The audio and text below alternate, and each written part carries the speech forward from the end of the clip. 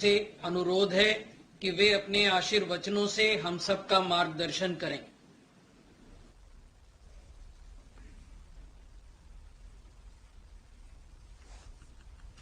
नमस्कार।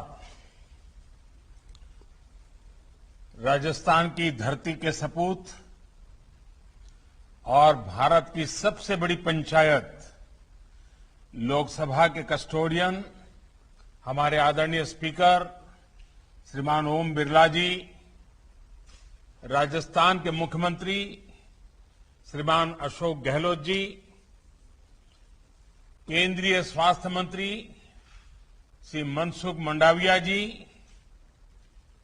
केंद्रीय मंत्रिमंडल मेरे अन्य सभी सहयोगी श्रीमान गजेंद्र सिंह शेखावत जी, भूपेंद्र यादव जी, अर्जुन राम मेघवाल जी, कैलाश चौधरी जी, डॉक्टर भारती पवार जी, श्री भगवंत खुबा जी, राजस्थान की पूर्व मुख्यमंत्री बहन वसुंधरा राजे जी, नेता विपक्ष गुलाबचंद कटारिया जी, राजस्थान सरकार के अन्य मंत्रीगण, सांसदगण, विधायकगण, कार्यक्रम में उपस्थित अन्य सभी महानुभाव और राजस्थान के मेरे प्यारे भाइयों और बहनों, 100 साल की सबसे बड़ी महामारी ने दुनिया के हेल्थ सेक्टर के सामने अनेक चुनौतियां खड़ी कर दी और ये महामारी बहुत कुछ सिखाया भी है और बहुत कुछ सिखा रही है। हर देश अपने अपने तरीके से इस संकट से निपटने में जुटा है। भारत ने इस आपदा में आत्मनिर्भरता का, अपने सामर्थ्य में बढ़ोतरी का संकल्प लिया है। राजस्थान में 4 नए मेडिकल कॉलेज के निर्माण के कार्य का प्रारंभ और जयपुर में इंस्टीट्यूट ऑफ पेट्रोकेमिकल टेक्नोलॉजी का उद्घाटन इसी दिशा में एक अहम कदम है। मैं राजस्थान के सभी नागरिकों को बहुत बहुत बधाई देता हूं और आज मुझे राजस्थान के इस विशेष कार्यक्रम में वर्चुअली मिलने का मौका मिला है, तो मैं राजस्थान के उस बेटे बेटियों का भी अभिनंदन करना चाहता हूं जिन्होंने ओलंपिक में हिंदुस्तान का झंडा गाड़ने में अहम भूमिका निभाई है। वैसे मेरे राजस्थान के बेटे बेटियों को भी मैं आज फिर से एक बार बधाई देना चाहता हूं। आज जब ये कार्यक्रम हो रहा है तब जयपुर सहित देश के 10 सीपेट सेंटर्स में प्लास्टिक और उससे जुड़े वेस्ट मैनेजमेंट रूल्स को लेकर जागरूकता कार्यक्रम भी चल रहा है। इस पहल के लिए भी मैं देश के सभी गणमान्य नागरिकों को बहुत बहुत शुभकामनाएं देता हूं। भाइयों और बहनों, साल 2014 के बाद से राजस्थान में 23 नए मेडिकल कॉलेजों के लिए केंद्र सरकार ने स्वीकृति दी थी। इनमें से 7 मेडिकल कॉलेज काम करना शुरू कर चुके हैं और आज बांसवाड़ा, सिरोही, हनुमानगढ़ और दौसा में नए मेडिकल कॉलेज के निर्माण की शुरुआत हुई है। मैं इन क्षेत्रों के लोगों को बहुत बहुत बधाई देता हूं।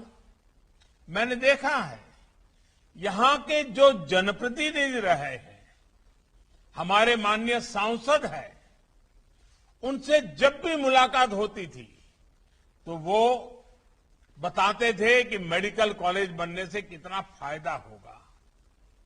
चाहे सांसद मेरे मित्र भाई कनकमल कटारा जी हो, हमारी सीनियर एमपी बहन जसकोर मीणा जी हो, मेरे बहुत पुराने साथी भाई निहाल चंद चौहान जी हो, या हमारे आधे गुजराती आधे राजस्थानी ऐसे भाई देवजी पटेल हो, आप सभी राजस्थान में मेडिकल इंफ्रा को लेकर काफी जागरूक रहे हैं।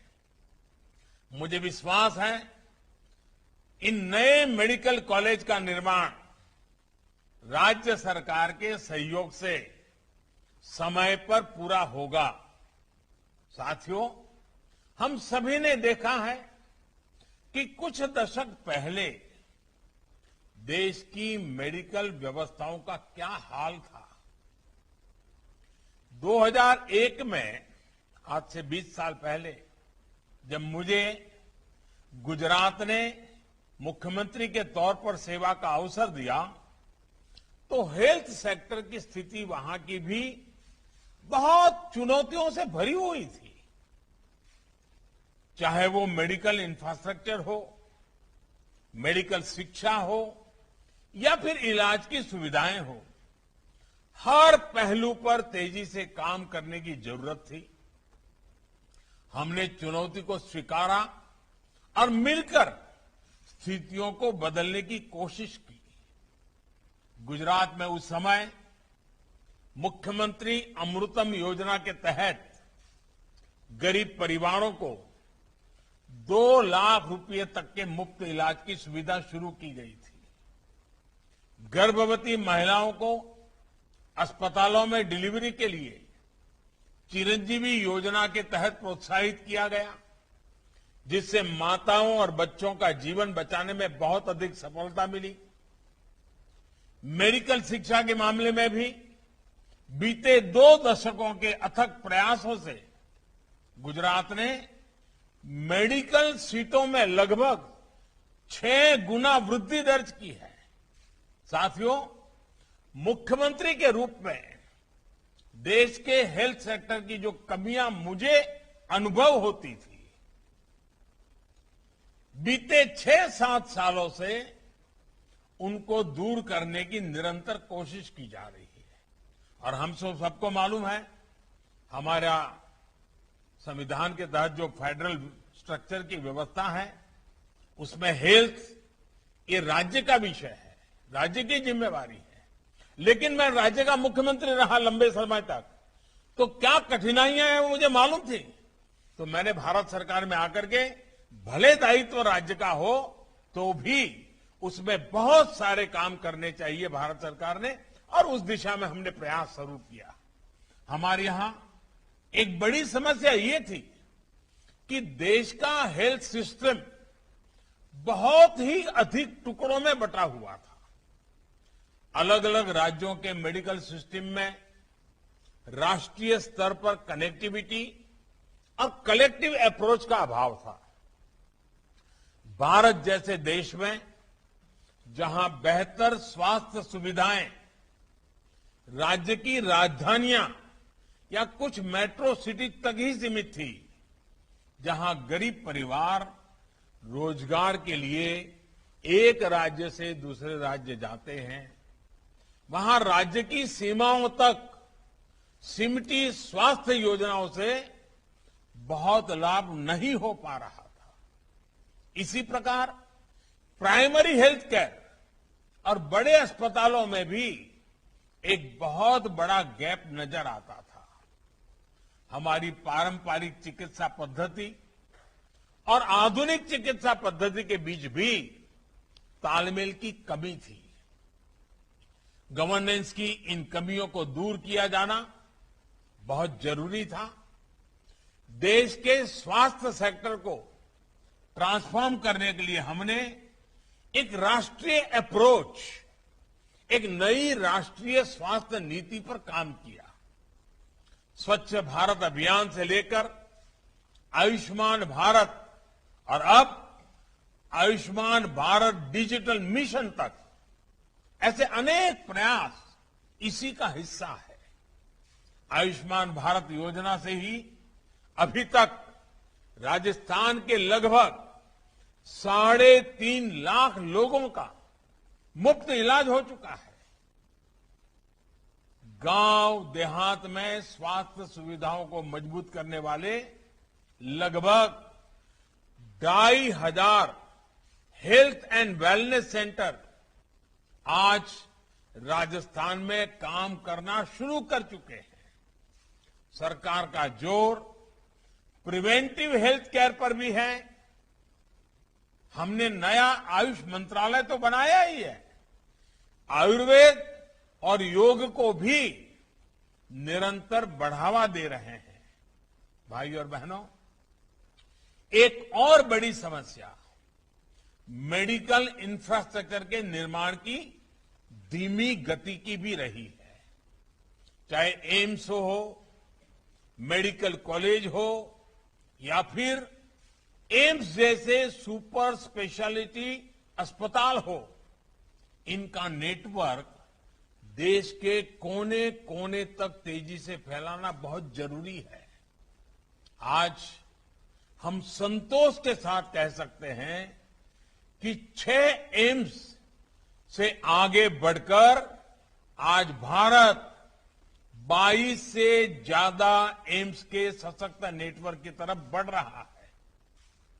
इन 6-7 सालों में 170 से अधिक नए मेडिकल कॉलेज तैयार हो चुके हैं और 100 से ज्यादा नए मेडिकल कॉलेज पर काम तेजी से चल रहा है। साल 2014 में देश में मेडिकल की अंडर ग्रेजुएट और पोस्ट ग्रेजुएट की कुल सीटें 82,000 के करीब थी। आज इनकी संख्या बढ़कर 1,40,000 सीट तक पहुंच रही है। यानी आज ज्यादा नौजवानों को डॉक्टर बनने का मौका मिल रहा है। आज पहले से कहीं अधिक नौजवान डॉक्टर बन रहे हैं। मेडिकल एजुकेशन की इस तेज प्रगति का बहुत बड़ा लाभ राजस्थान को भी मिला है। राजस्थान में इस दौरान मेडिकल सीटों में 2 गुनी से भी अधिक बढ़ोतरी हुई है। यूजी सीटें 2,000 से बढ़कर 4,000 से ज्यादा हुई हैं। पीजी सीटें राजस्थान में 1,000 से भी कम थी। आज पीजी सीटें भी 2,100 तक पहुंच रही हैं। भाई और बहनों, आज देश में प्रयास ये है कि हर जिले में एक मेडिकल कॉलेज या फिर पोस्ट ग्रेजुएट मेडिकल एजुकेशन देने वाला कम से कम एक संस्थान जरूर हो।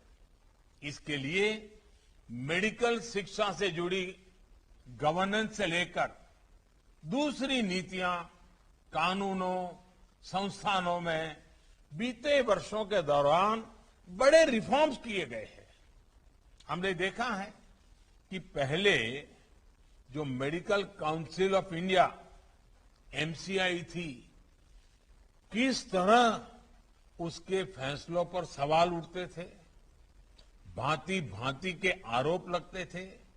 पार्लियामेंट में भी घंटों उसकी बहस होती थी। पारदर्शिता के विषय में सवालिया निशान आते थे। इसका बहुत बड़ा प्रभाव देश में मेडिकल शिक्षा की क्वालिटी और हेल्थ सर्विसेज की डिलीवरी पर पड़ा रहा। बरसों से हर सरकार सोचती थी कुछ करना चाहिए, बदलाव करना चाहिए, कुछ निर्णय करना चाहिए, लेकिन नहीं हो पा रहा था। मुझे भी ये काम करने में बहुत मुश्किलें आई। संसद में पिछली सरकार के समय करना चाहता था, नहीं कर पाता था। इतने ग्रुप, इतने बड़े अड़ंगे डालते थे, बड़ी मुसीबतों से आखिरकार हुआ। हमें भी इसे ठीक करने के लिए बहुत मशक्कत करनी पड़ी है। अब इन व्यवस्थाओं का दायित्व नेशनल मेडिकल कमीशन के पास है। इसका बहुत बेहतर प्रभाव देश के हेल्थ केयर, ह्यूमन रिसोर्स और हेल्थ सर्विसेज पर दिखना शुरू हो गया है। साथियों, दशकों पुराने हेल्थ सिस्टम में आज की आवश्यकताओं के अनुसार बदलाव जरूरी है।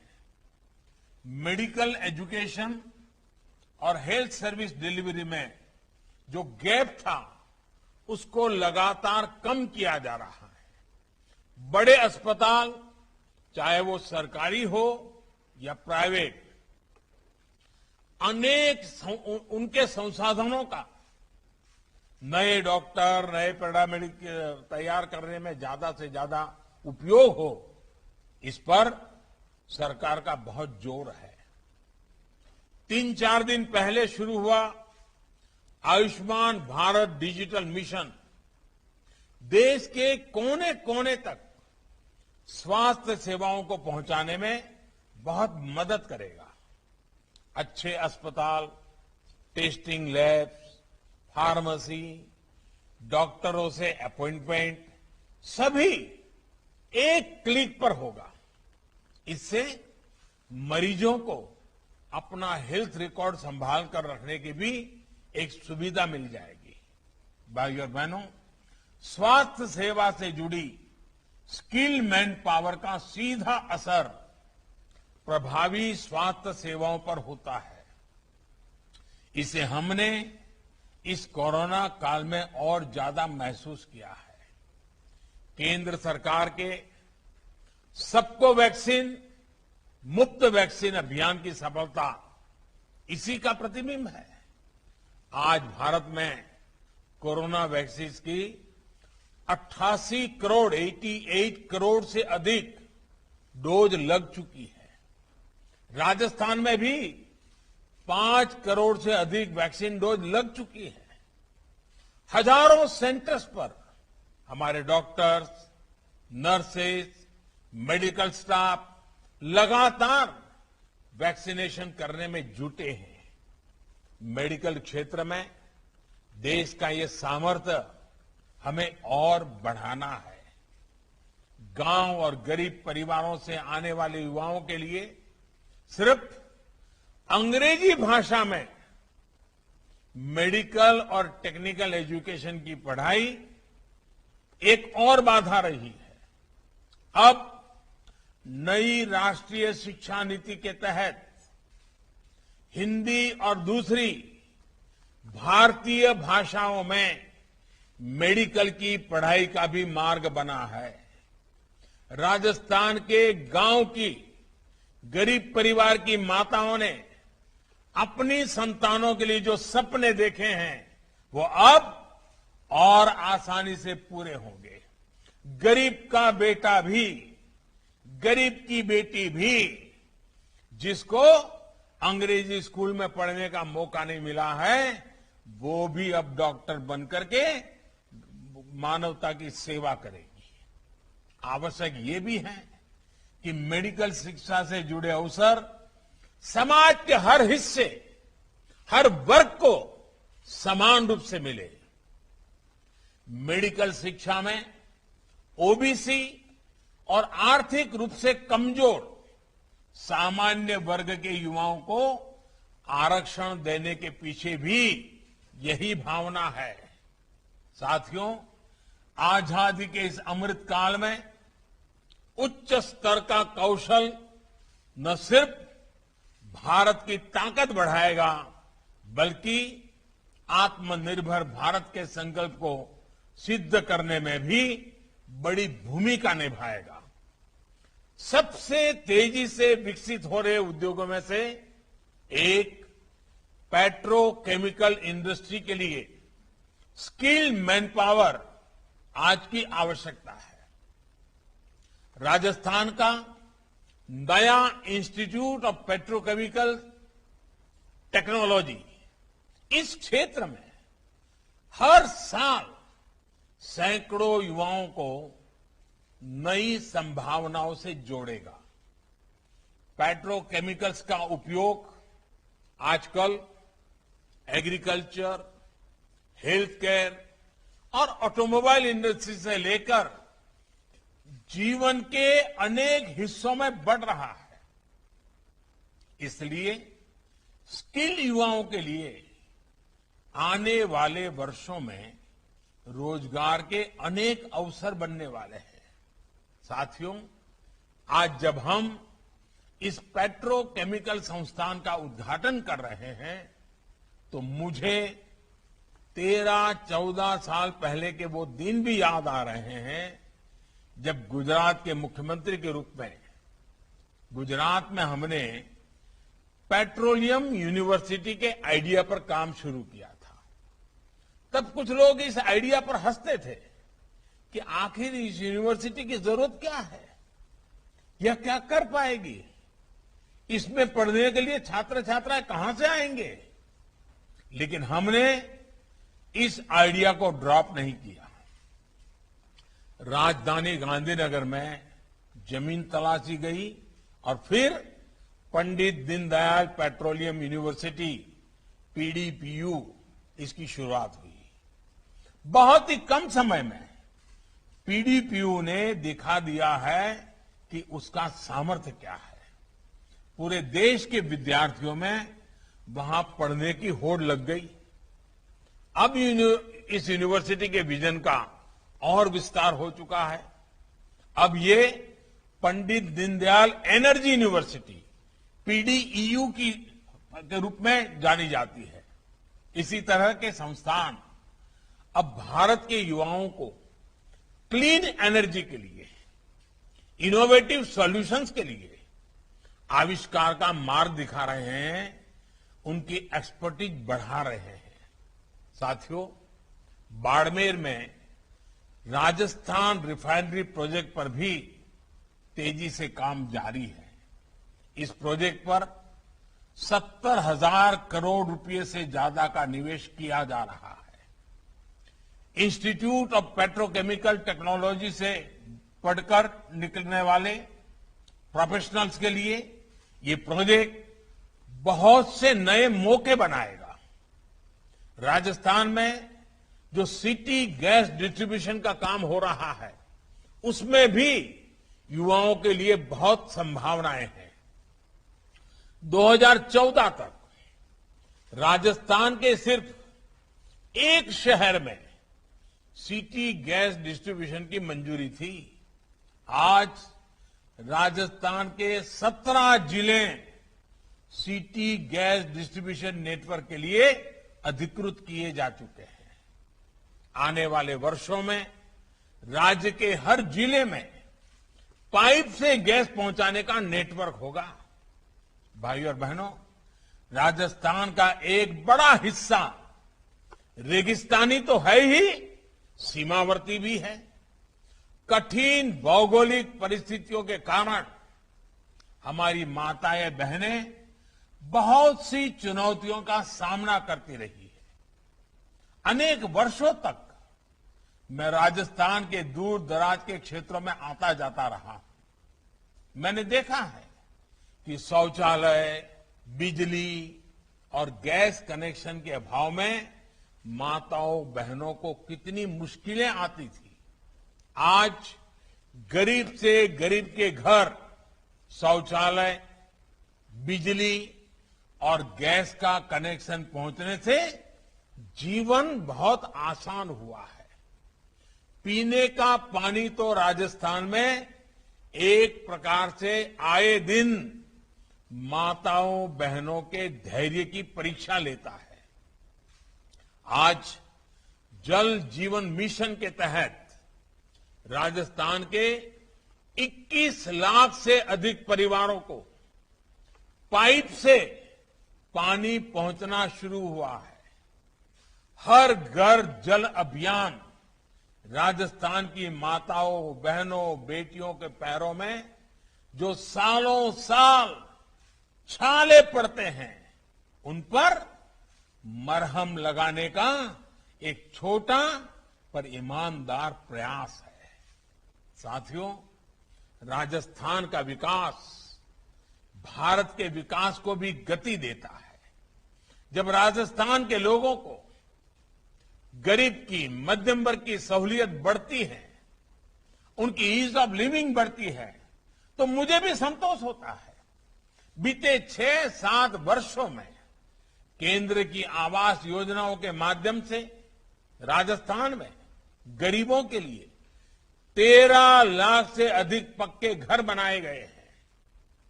पीएम किसान सम्मान निधि के तहत राजस्थान के 74 लाख से ज्यादा किसान परिवारों के बैंक खाते में लगभग 11,000 करोड़ रुपए सीधे किसान के खाते में ट्रांसफर हुए हैं।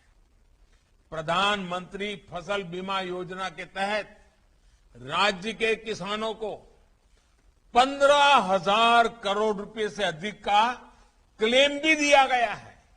साथियों, बॉर्डर स्टेट होने के नाते कनेक्टिविटी और बॉर्डर एरिया डेवलपमेंट को प्राथमिकता का लाभ भी राजस्थान को मिल रहा है। नेशनल हाईवे का निर्माण हो, नई रेलवे लाइनों का काम हो, सिटी गैस डिस्ट्रीब्यूशन हो, दर्जनों प्रोजेक्ट्स पर तेजी से काम जारी है। देश के रेलवे को ट्रांसफॉर्म करने जा रहे डेडिकेटेड फ्रेट कॉरिडोर का भी बड़ा हिस्सा राजस्थान से और गुजरात से है। इसका काम भी नए रोजगार की अनेक संभावनाएं बना रहा है। भाइयों और बहनों, राजस्थान का सामर्थ्य पूरे देश को प्रेरणा देता है। हमें राजस्थान के सामर्थ्य को भी बढ़ाना है और देश को भी नई ऊंचाइयों पर पहुंचाना है। ये हम सबके प्रयास से ही संभव है। सबका प्रयास। ये आजादी के 75 वर्ष में हमने ये सबका मई प्रयास, इस मंत्र को लेकर के और ज्यादा ताकत से आगे बढ़ना है। भारत की आजादी का यह अमृत काल राजस्थान के विकास का भी स्वर्णिम काल बने, ये हमारी शुभकामनाएं हैं। और अभी जब मैं राजस्थान के मुख्यमंत्री जी को सुन रहा था तो उन्होंने एक लंबी सूची कामों की बता दी। मैं राजस्थान के मुख्यमंत्री जी का धन्यवाद करता हूं कि उनका मुझ पर इतना भरोसा है। और लोकतंत्र में यही बहुत बड़ी ताकत है। उनकी राजनीतिक विचारधारा पार्टी अलग है, मेरी राजनीतिक विचारधारा पार्टी अलग है, लेकिन अशोक जी का मुझ पे जो भरोसा है, उसी के कारण आज उन्होंने दिल खोल करके बहुत सी बातें रखी है। ये दोस्ती, ये विश्वास, ये भरोसा, ये लोकतंत्र की बहुत बड़ी ताकत है। मैं फिर एक बार राजस्थान के लोगों का हृदय से अभिनंदन करता हूं, बहुत बहुत बधाई देता हूं। धन्यवाद।